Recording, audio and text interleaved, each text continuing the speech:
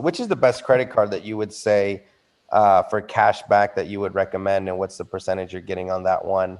Yeah. Okay, so I will tell you, I don't do cash back on any of my cards. I only do points and miles. So I am never the right person to ask for cash back. There's Chase notoriously has like amazing cards. And, you know, to me, I mean, I look at my points and miles as cash. Like I posted, I forget how many thousands of dollars in points and miles I have like in my different balances right now. I use it as like a travel sinking fund, as people call it, you know, like it's my savings account for when I travel. But I don't do straight cash back ever.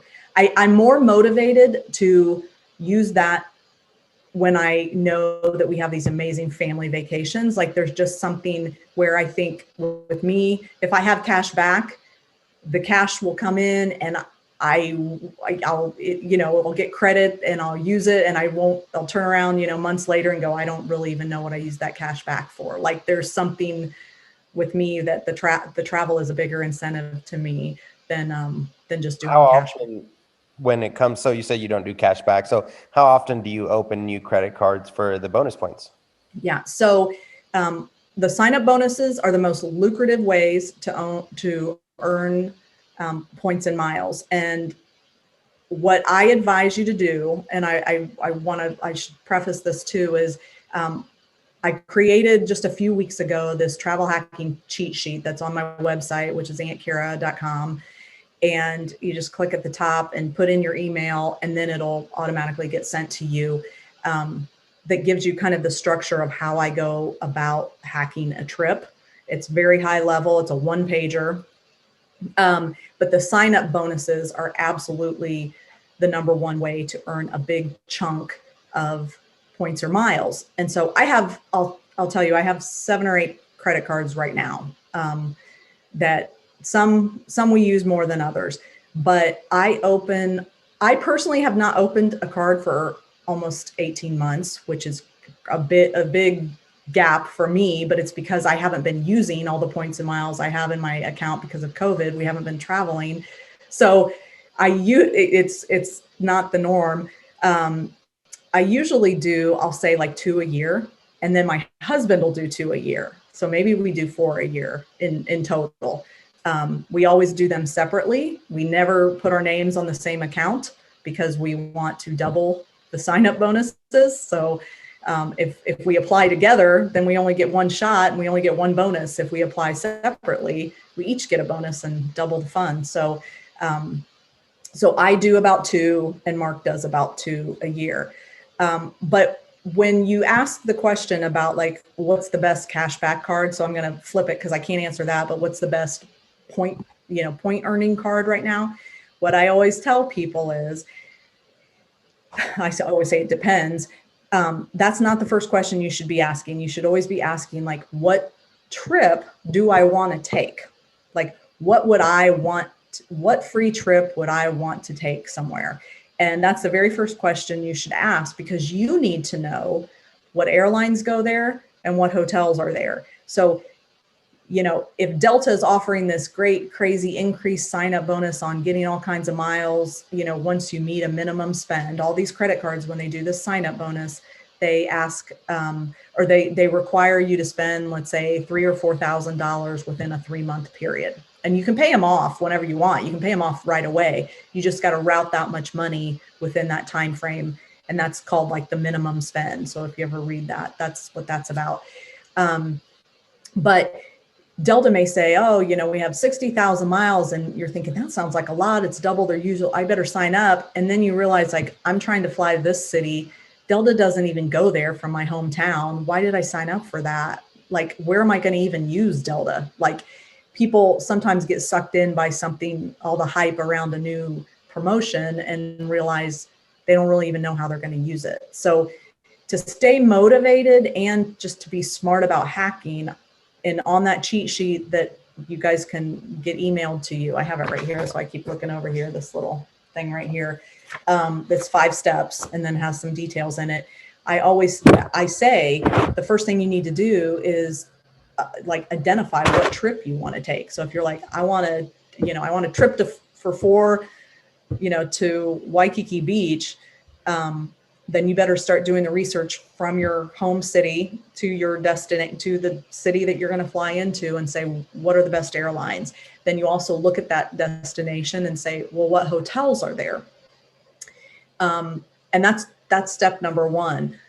Beyond that, you can yourself, without having to even be a member of these loyalty programs, you can look up how many points per night a particular stay would take, or how many points per flight it would take. Like, you just basically pretend you're booking a trip, and instead of clicking on, cash, you click on points. And you can do some research. It does take some research to say, okay, it looks like, that round trip is 25,000 points, or 25,000 miles to get there. And so you basically frame up what your goal is. I mean, again, just like personal finance, you set a goal and then you figure out how to get there. But you have to do the legwork in saying, what is the trip I really want to take, and how many points is it going to take to make that happen? And then once you get that figured out, then you turn to the credit cards and you go, okay, I know what I want to do. Now let me figure out which credit cards are the best to do that with, because there are some that are straight from the programs, like, Hilton has several credit cards. Delta has several credit cards themselves, but then there's these bank cards too, like Capital One Venture and like Chase Sapphire Preferred and American Express Membership Rewards, that can be used with multiple partners or multiple type of ways to travel that don't have to be aligned with a specific program. So the questions about what's the best card, I always say, well, that's going to depend on where you want to do or what you want to do. Yeah. And people are saying, well, pretend I don't know, but I still really want to do hacking, because they get mad when I answer this way. Then, I say, well, then you need to go with one of those flexible cards like the Chase Sapphire Preferred, where those ultimate reward points can be used for multiple places, multiple airlines, multiple hotels, or American Express Membership Rewards, or that Capital One Venture, where it's basically cash, like a cash credit towards any type of travel charge. So, if you really are like, well, I don't want to figure it all out yet, just give me a name of a card, it's going to be one of the bank cards rather than me say, oh, the Hilton or, Marriott. So do you have 7 annual fees that you pay? Do you cancel any of the cards? I mean, how do you work that one? Yeah. So I have half of them probably have annual fees. You can downgrade. So sometimes sometimes I sign up for a card. This is a question about the whole, how do you manage that many? And I did do a post too last year, if anybody really wants to know, because I get a lot of like the skeptics about the whole, well, you're spending money on this annual fee. I totaled up last year's annual fees on my cards, and then also showed how much value, like how much my trips were worth last year. So I have a post. It's kind of old. I don't know if it's like 6 months old or something, where I did total, but I just can't remember it off the top of my head how much I spent on annual fees last year. So if anybody's like really wants the dirt, I usually try to provide a lot of detail in that. I even provide detail on all the trips I've taken over the last 8 years. I have a graph, or not a graph, a spreadsheet that tells you trip by trip, year by year, and how much dollars like each of them were worth. So again, there's lots of stuff out there on Instagram, but I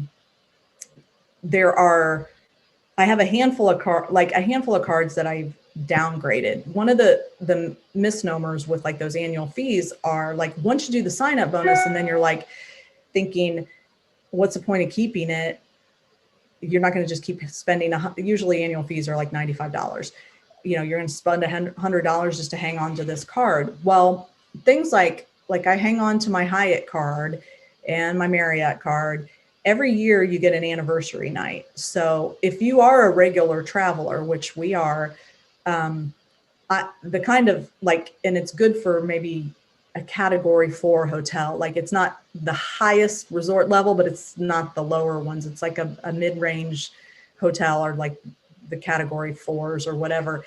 you get a free night every year. So I'm not going to stay at a category 4 hotel for $95. Like it's going to be double that. So I'm always getting value. If I spend $95 to keep that Hyatt, and as long as I use that night, I'm always coming out ahead, because especially after taxes and fees, that night would have been worth way more than $95. So the hotel cards I do hang on to because I use them every year.